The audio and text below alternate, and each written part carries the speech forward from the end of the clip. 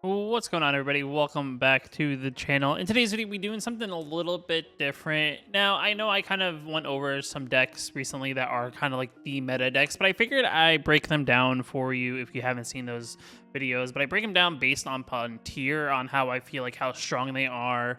We're just doing a tier 1, 2, and 3 kind of system. I know some people like to do S, A, B, C, D, E, F, G, so on and so forth. But I just figured a 1, 2, 3 is kind of the best way in today's video. We'll be going through each deck, kind of talking about, the strengths and weaknesses of each deck, where I kind of feel like based on, not just like the overall win rate, but the enjoyment of actually playing the deck is going to be kind of part of how I think, they kind of rank. Just because it's the best deck doesn't mean it's always the most fun to play. But nonetheless, if you like the video, hit that like button. It definitely helps out a lot. If you're new here, when I post new videos on the channel, hit that subscribe button. With that being said, let's just dive into it and let's just start going at this tier list. Just wanted to give a special shout out to the channel members that you see your names here. These are the people who support the channel by either clicking the join button that's down below right next to the subscribe button if you want to get your name here on this list, or you can click the link in the description. I do appreciate it, as it does help support the channel. Now on with your video. So the first things first is, I know the pictures themselves really don't explain what each picture means, so I'm gonna go through each picture and kind of talk about what each one represents when it comes to deck style. And the first one up is mono white. Mono white aggro is a very strong deck currently in the format, and it is a very good deck that is definitely a top end deck that you could play if you really wanted to in the meta and still do very, very well. After that, we have the Orzhov Angels style deck. Orzhov Angels is a very fun tribal deck. If you're into some sort of Orzhov style deck, Orzhov Angels is definitely good in the sense that it does have a lot of good mid-rangey. It definitely builds up once you kind of get, Angels out onto the battlefield and, gain some of that life and really get going. After that, we have Mono Green. Mono Green is definitely a very strong deck, especially in newer formats. It's very big, very aggressive creatures that are definitely hard to deal with if you don't have a lot of ways of direct removal and or board wipes. Mono Green was definitely one of the more prominent decks, especially at the beginning of the overall meta. As time's gone on, it's still a pretty good deck, but definitely it's one that definitely makes the list in some form. Then we have Is It Dragons or Prismari Tempo, whatever you want to call it. It's a very strong deck. It's a balance of a tempo-y style deck that plays counters, but as well as plays cards that give the deck advantages, one of them being Goldspan Dragon, the other one being something like All Runs Epiphany. So definitely a deck that definitely makes the list just because of how strong the deck overall is.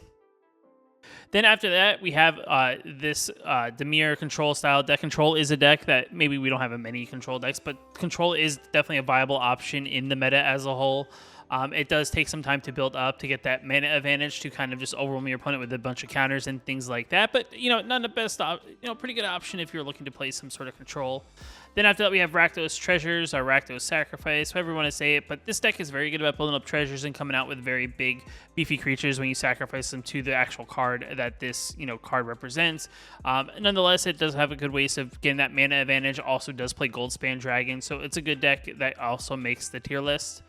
After that, we have the party deck. The party deck is definitely a fun deck. I actually recently came up with saw a Bant list for the party deck that I kind of want to try out and see how it does. Party is definitely a strong mechanic, especially when you start getting that tempo going of having the various pieces of the party going to overall give you that advantage that you get from playing things either for cheaper or things like that. So definitely a good deck that could make the tier list. We'll kind of see how it develops as time goes on, but nonetheless, it's here on the list.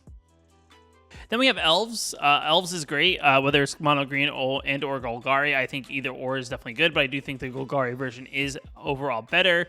Elves Tribal is just like Angel Tribal is definitely a very good deck, especially when you start getting the Elves in place to kind of benefit each other Elves. So definitely a reason why this makes the list. Then after that, we have the Simic Ramp deck. Simic Ramp is definitely another strong deck overall in the meta. It's a deck that once you get that ramp going, you kind of get to your top end of the deck where you can cast your more expensive spells. And especially if you can cast them on earlier turns than you normally would, it definitely is a deck that can take over and just, overwhelm your opponent by just playing very big things that they just have to deal with at that time. Or it gets out of hand, one of them being Coma. So definitely a reason why the deck makes a list. After that, we have like the Sedgemoor Witch or the Golgari, Pest style deck with the Pest combo thing. Yet again, another deck that is very, very good. It is a deck that's very reliant on a couple pieces to really get going. But yet again, a deck that, if you get the pieces of the Pest on the deck and are able to kind of generate, pests that replace pests after you sacrifice pests, it is a deck that can get going and can overwhelm your opponent in that way. Then after that, we have Golgari like Sacrifice. This deck is another deck that I kind of found more recently. It is a deck that is pretty cool. Plays the Skeletal Swarm card that, you know, whenever a creature dies at the end of your turn, you get to get these skeletons into play, and the more skeletons you have, the more they pump each other up, and they also have trample. It's a deck that is very interesting. It kind of utilizes the mechanics that mono black has gained from card draw mechanics and things like that to sacrifice, you know, artifacts and or creatures to draw cards, creates treasures to do things like that. Definitely a good deck to watch out for. It could actually see, you know, some play as you know, as it goes up, as time goes on in the meta. And the last one up is Selesnya Magecraft. It is a deck that is still very prominent. There are a lot of cantrip spells that, you know, work well with the Selesnya Magecraft kind of triggers. These creatures can get very big very, very quickly. It is a deck, though, that relies on you playing like these cantrip spells to pump up your creatures to be aggressive. And that the one downfall is if you don't have the spells, your creatures are just whatever their base power and toughness is, which is not the greatest thing. But as the deck kind of works, it's trying to draw that momentum to be that just aggressive, very aggro aggressive deck. So with that out of the way, now that we kind of gone through each deck list, I will have links to some of the decks down below, or the videos that I did go over some of these decks. So if you want to check them out and get a little bit further detail in each of how each of the deck works, there are some I haven't done videos on, so I will probably just link the deck list to those decks. So if you want to check out the decks themselves, try them out for yourself, kind of see what you like, maybe tweak them how you would like to, but just overall just kind of give you an idea of what the decks are. And maybe down the line I will do a future video kind of going over each of the decks that I didn't actually have time to go over in a previous video. But with that being said, let's start at the Selesnya Aggro style deck. So Selesnya Aggro is a very interesting one. I'm just going to put it here on the tier 3. It doesn't mean it's going to be tier 3. It's an interesting one in the sense that the one benefit is once you kind of get that tempo going and you're able to draw spells and kind of get a little bit wide on the board, it is a deck that can kind of overwhelm your opponent, because now once you play that one spell, it triggers the Magecraft triggers, which either pumps a creature by like +1/+1, +2/+2, pumps your whole board by +1/+1, puts counters on things like that, you know, is able to go into something like your sideboard with a learned spell, kind of pick out a card and kind of pump up that way. It is definitely very good. The one downfall to the deck, why I think, you know, maybe it's not going to be in the top tier, is that if you don't get that momentum going and you kind of go dry, your creatures aren't as threatening, and they're just, you know, small creatures that can be aggressive, but when in their base form, they're not the most, you know, crazy things that your opponent can't really, you know, deal with. So this is the deck that is very reliant on what your hand is and how much tempo you kind of keep on going overall as a whole. It is something that's also easily disrupted if your opponent's very heavy removal. As time has kind of gone on, I've kind of feel like you know, the format has gone very removal heavy because of a lot of the aggro decks that are currently in the format. So I'm personally going to say that this is probably somewhere in the tier 2 range, as it can be, you know, a good deck, but it, you know, at the same time too, it does have sometimes problems with consistency depending on the matchup. So I would rank it as a tier 2 just because of those reasons. So this next deck up on the list is like this Golgari Swarm Sacrifice style deck. It is a deck that utilizes, like I said, you know, things to sacrifice your creatures to kind of help you draw cards, get momentum up by getting treasure tokens and things like that.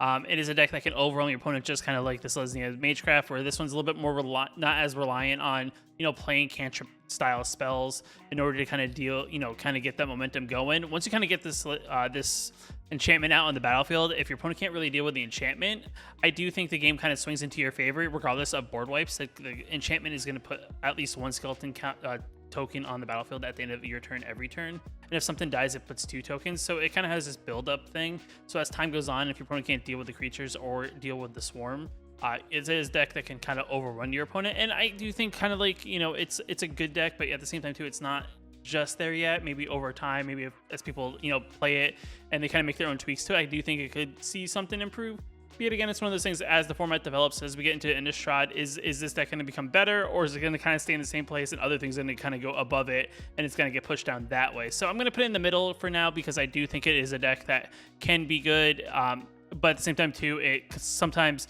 is not good enough, especially against the more aggressive decks. So this next deck up is kind of like that Golgari Pests style deck. And, you know, it's one of those things, as I feel like it's one of the, when Strixhaven first came out, it was a deck that was super popular. You know, with the previous standard, it was a deck that was very good because there was good cards that helped benefit whenever you sacrifice those creatures. We are in a little bit of a different format when it comes to the standard 2022. So we did lose a couple, tools that kind of help make the deck very good and very reliant on actually being able to, create those pest tokens, especially when you get your Sedgemoor Witch out. And I do think it's kind of taking a step back because it does, I feel like, to get the kind of the deck process going, it does require a few more pieces on the battlefield. And if your opponent does have, say, a board wipe, it's going to take some time to really build up that board yet again. So I'm going to probably actually keep it here at the tier 3 because of that. I do think it's a little bit more clunky because we lost some of the really good pieces from the prior standard. But, it is a deck that can perform fairly well. I just don't think it performs as well as other decks that are here on this particular list. Now, this next deck up is the Simic Ramp deck, and this is actually a very interesting deck because you would be like, okay, well, if the early game's just focusing on ramp and your opponent's playing something aggressive, am I going to have enough time to really get to where I need to get to? The other thing, too, is the deck actually is surprisingly very strong even against the control mirror because there are cards in the deck that, prevent them from being countered, Coma being one of them. And as long as your opponent can't actually deal with the Coma the turn it's out on the battlefield and you're able to get that first Serpent out, you're in a very good spot to really, overwhelm your opponent just by having Coma out. And I do think the package just overall to ramp up is very strong as well. And I kind of go over this into a little bit more detail nonetheless. And from my experience, even against a deck that's been more aggressive against me, as long as I can get that 6 to 7 mana area and know that I have at least that one more turn to play that additional land and get something like a Coma out or something that just kind of puts the brakes on what your opponent's trying to do, it is a deck that can take over very, very quickly. And for that reason, I do think it's a deck that makes the tier 2 kind of thing. Just to get, again, aggressive decks, like the very aggressive decks like the Goblins and things like that, can overwhelm the deck. And, if you can't really stop them, the deck doesn't really play a lot of removal. It just really expects the big things to really prevent your opponent from really get the momentum going. And that's why I think it's kind of somewhere here, because there are the aggressive decks that can overwhelm this style of deck. The next deck up is Golgari Elves, and I do think, yet again, kind of like going back to the Golgari Pests, I think this is kind of one of those decks that it is good. There are some good elves. I just, at times, I do feel like I just don't have enough at times, and maybe it's just the build I'm currently playing, but sometimes the deck is kind of like, I feel like it's just missing that one more card per se.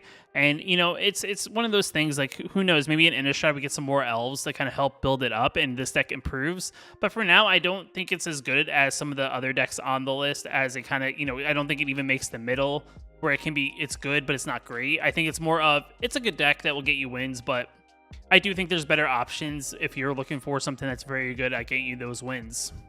So the next deck up on the list is Party, and Party is kind of one of those interesting mechanics, and I do think it's dependent on what combo of Party colors you want to do. Like I said, I did see this interesting Bant style list, and I do kind of want to try it out and get some more playtesting before I really make a judgment if Party is as good. But from what the other Party decks that I kind of did go over and kind of build and kind of play in my own time, it is a very good deck. If you really get the mechanic going, it definitely can overwhelm your opponent because things start triggering, and that's kind of where the deck kind of really takes over and kind of snowballs into some big things that can kind of just take control of the game overall as a whole. And I do think it's kind of one of those things as time goes on. I think Party is going to be a pretty good mechanic as we get probably more than likely more clerics, more rogues, more wizards, and more warriors in the format. And I do think it could be one of those things that gets much stronger regardless of what color combination it is. And I know it's kind of like a weird blanket thing, but I would say Party is like somewhere in the middle when it comes to overall strength in the current format. Now, the next deck up is Rakdos Treasure, and I think, yet again, it's one of those interesting things is I think it was a deck that was very good against the more aggressive decks in the format, especially early in the meta. For 2022 standard, but I think as time gone on, and I kind of feel like the meta's kind of balanced in a way, there's a lot more control decks, and I think that's where the deck kind of struggles against, because sure, the deck can be kind of aggressive, but it's not super aggressive, but it's good at making treasures, so it's good against like those more aggressive smaller decks, but it's not good against like the control matchup, because it doesn't, if you just start disrupting some of the things that really generate the treasure tokens, the deck kind of feels a little bit flat because a lot of the creatures are just very, very small. So it is, I feel like, one of those things. It's probably depending on the matchup. It's very matchup based, and I do think it's probably somewhere in the B tier because there are a lot of aggressive decks in the format, but at the same time too, there are more control decks in the format as well. So I do think that's where it's like a matchup base, but I do think it's a deck that could still get you wins. So the next deck on the list is Dimir Control. Dimir Control is another interesting deck, and I do think it's kind of one of those things that when it comes to control decks as a whole in the meta, this being one of them, I do think it's a very strong deck as blue and black have access to some of the best counters in the format as well as the best removal in the format, Blend the Snow being one of them, and also Shadow's Verdict which are both good against like the more aggressive smaller decks. And I do think this is one of those things that makes the deck that much better. Though, like I said, it does take some time to build up that mana base to kind of be able to cast like a board wipe removal. And possibly have a removal spell open as well. But at the same time, too, I do think it's like the first deck that makes like the tier 1 list. In the sense that I do think Control, especially in aggressive format, and the amount of removal that the actual Dimir list plays can actually combat these aggressive decks much better. And it can also combat a lot of the combo decks out there as well. As long as you kind of keep the pieces off the battlefield, this deck has a lot of tools to kind of slow the game down, get you to that late game where the deck kind of outshines it and performs overall. Then after that, we have the Prismari Aggro, Prismari Tempo, Is It Tempo, Is It Dragons, whatever you want to call it.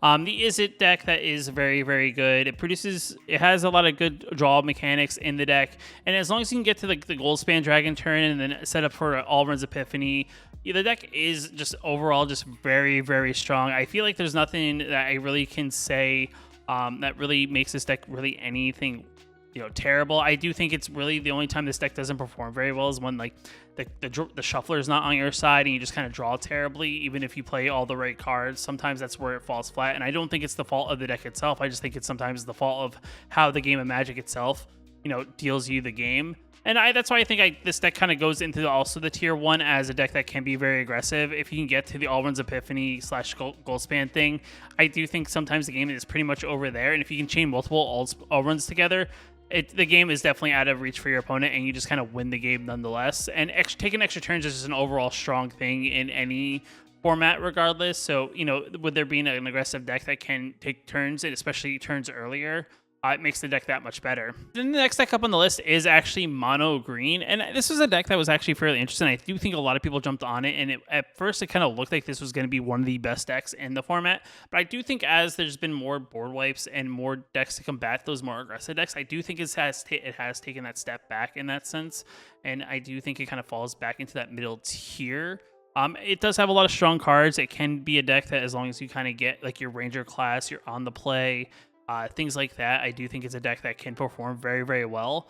But I do think it's reliant on a lot of things to kind of help build that momentum. And the one downfall is if your opponent just has that one right board wipe and you don't have the means to kind of build that tempo back up.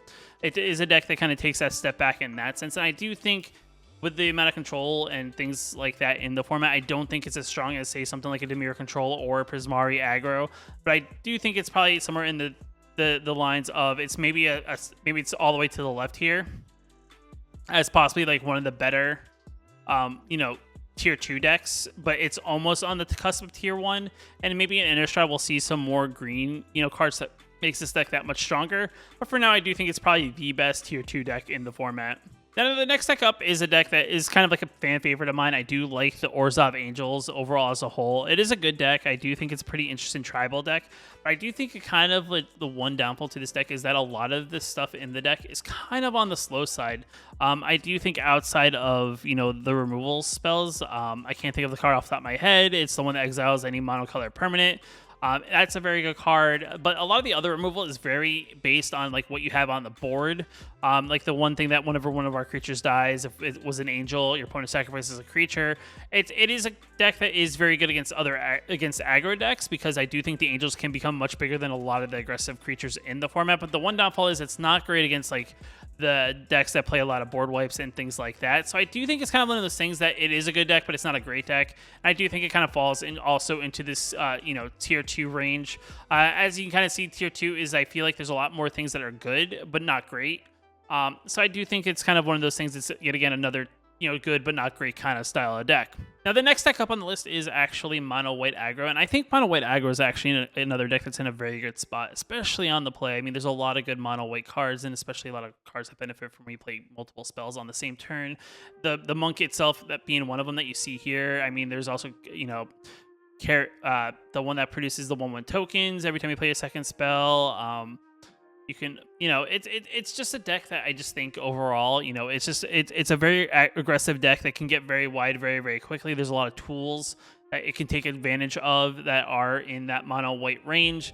And I do think mono white is another deck that kind of actually, becomes a very, very good deck, in in kind of like that early game, as long as you can kind of win in that early game or get in a good spot, the game is pretty much hopefully in your hands by that point. But yet again, you never know when someone, you know, plays a particular spell and kind of, you know, dials it back. But I do think it's a good deck that can get you a lot of wins, and it's probably the best aggro deck, I do think, out of all the aggro decks that, you know, are in the format. I do think it's the best one there. So I actually kind of forgot 2 other decks that I realized weren't even on the list, and one of them being Goblins. I kind of did mention this. This is a very strong deck in the format as a whole. It is probably one of the, also yet again, one of the decks that once it kind of gets its tempo going with playing a lot of Goblins and it starts getting some of the Goblin Lords out, is a deck that can be very good overall in the format. And I do think it is one of those things, as long as you can get that momentum, it is very good. But it is a deck that is very low to the ground and very susceptible to board wipes. And I do feel like it's somewhere, you know, kind of like mono green. It's, you know, one of the better decks in the tier 2s, but I don't think because, you know, it's that susceptible to board wipes, I do think it's, you know, a little bit more reliant on, you know, getting the lords out, making the goblins that you do have out on the battlefield that much bigger. I do think that's also why it's kind of a step back from, like, say, something like mono white, whereas mono white kind of benefits no matter what you have on the battlefield, just because things will just get bigger and it can overwhelm your opponent that way. So I do think that is why Goblins is also in the tier 2. And now the last deck is actually Orzhov Control. This is actually a deck that I actually watched CGB play. I feel like I mentioned his name once or twice whenever I kind of talk about some more of the higher end decks, as he's kind of like the guy I watch when it comes to watching these more higher competitive decks. And Orzhov Control is, I think, like that next step for like Angels. It doesn't play a lot of the things in the way of creatures. It kind of burns your opponent down by playing a lot of board wipes and planeswalkers that kind of, you know, help you win the game that way. It is a deck that, you know, is just very, like, tries to control that early game, gets you into that late game, and has things to kind of, you know, slow the game down against your opponent by, like, say, playing something like a Blood on the Snow, and then you getting back something like a planeswalker back with the Blood of the Snow and or a creature, just kind of keep that tempo going. And I do think this is, yet again, another control deck that is actually really, really good in the format as a whole, just because, like I said, as you can kind of see here, majority of these decks in some form or manner rely on a lot of creatures, and I do think this is a deck that can take, you know, advantage of those decks that rely on creatures overall as a whole. So with that being said, I do think Blood on the Snow makes the Blood on the Snow deck, Orzhov Control deck, makes the tier 1 list yet again. And guys, I mean, this is actually kind of something interesting. A lot of this is kind of based on my, you know, personal, you know, me seeing how the decks play, me kind of, you know, playing the decks on myself. Also kind of, you know, just based on how I feel each of the decks plays overall, if this is something you're kind of into. I do think they're all great decks. I do think depending on what kind of style of Magic you are playing, each of these decks are kind of unique in their own way, that they play kind of how you enjoy, you know, depending on how you enjoy Magic. So I do think no matter what tier deck you choose, all these are viable options currently in the current meta, especially in the 2022 meta. As this is kind of like the meta that will probably more than likely be going forward in some form or manner, depending on what happens in Innistrad. But I do think this is, in general, going to be kind of what you're going to see regardless come September, and even post-September when rotation does officially happen. But like I said, let me know what deck you maybe are playing out of these meta decks down in the bottom below. Is there a tier you don't, is there, you know, somewhere I put a particular deck that you don't agree with? Let me know as well down in the comments below. If you're new here, like the video, hit that like button. If you want to post new videos on the channel, hit that subscribe button. It puts a +1+1 counter on the channel. And until next time, I'll see you later.